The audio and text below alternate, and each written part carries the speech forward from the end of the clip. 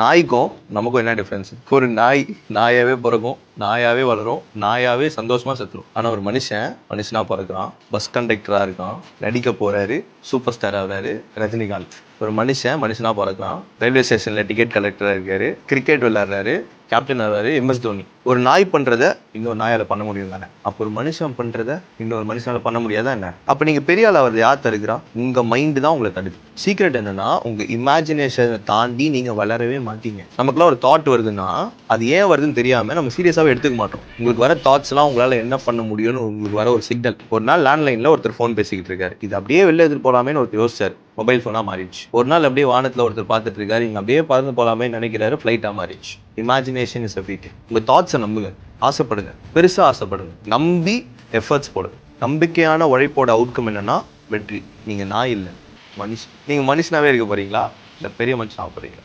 இதுதான் சொல்ல.